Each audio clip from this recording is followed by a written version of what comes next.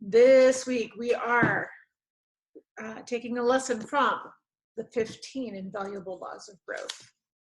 Our lesson this week is the law of environment, which says growth thrives in conducive surroundings. This is chapter 6 from the 15 Invaluable Laws of Growth. I love how over the top some of these book titles are. All right. On this chapter, John Maxwell is talking about if you want to grow, you have to create the environment where growth is encouraged and is easier. This has been one of the reasons that I change jobs or pursue different employment opportunities. And it's to be in a place where growth is encouraged. You know, a few years ago, I was teaching in a program, and the director of the program seemed intentionally to limit my growth and to prevent me from engaging in growth activities. I had decided to enroll in a second master's degree program, and she made it very difficult for me to continue studying in that program. And when I did choose to grow, the ways I was growing were not necessarily appreciated, even though it was changing and improving the way I engaged with my students.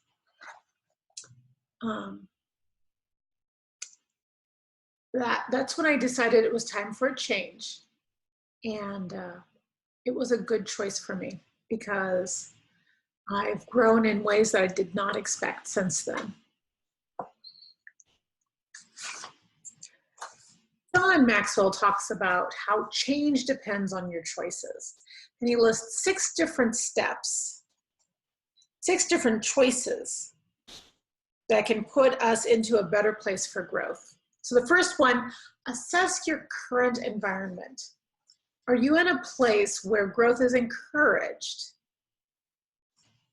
John gives us 10 questions to ask to evaluate our environment or to create an environment. He has a list of questions that you can ask yourself to understand who and what nurtures you. You know, we're all wired a little differently. We all have different passions and things that energize us. As an introvert, it's usually quiet and secluded places that energize me. For example, last week was a really rough week for me. A lot of people pulling on me with demands for my time and my attention. And there were high stakes. Students were presenting in a symposium, and there was a lot going on. At the end of that week, I knew I had to be intentional about recharging and reinvigorating myself. And so I took some time and I went to one of my favorite places. It's a place not far from where I live. It's called the Prince William Forest National Park. And I went and spent 2 hours in the middle of the woods. There were very few people out there. There were a lot more bugs, but you know, sometimes you got to deal with the bugs. I had a wonderful time. And it was after just 5 minutes, I felt my spirits lifting and I felt my energy being renewed. So being aware of what it is that refreshes you, that nourishes you, that encourages you to grow is important. So here are the 10 questions. John Maxwell asks, he says, number 1, music. What songs lift me? I have a YouTube playlist of songs that energize and encourage me. So I encourage you to put together, whether it's a Spotify or YouTube or something, something on your iTunes. Create a playlist of music that energizes and restores you. Thoughts, what ideas speak to me? Experiences, what experiences rejuvenate me?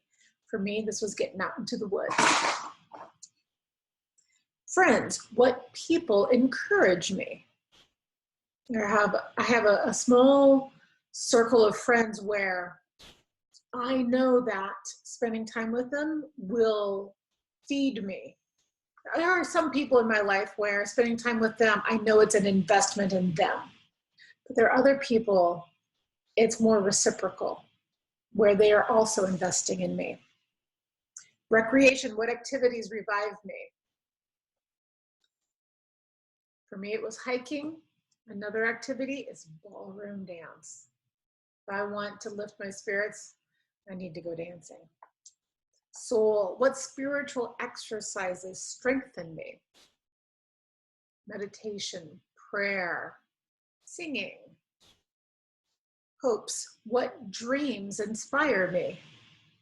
I have some goals and some aspirations, and when I think about these things and when I imagine them, it re-energizes me for the challenges ahead. Home, what family members care for me? Giftedness, what blessings activate me? What are those things that I recognize as part of my life that they generate an attitude of gratitude and thankfulness? Memories, what recollections make me smile? And books, what have I read that challenged me? This is one of them. You get the idea.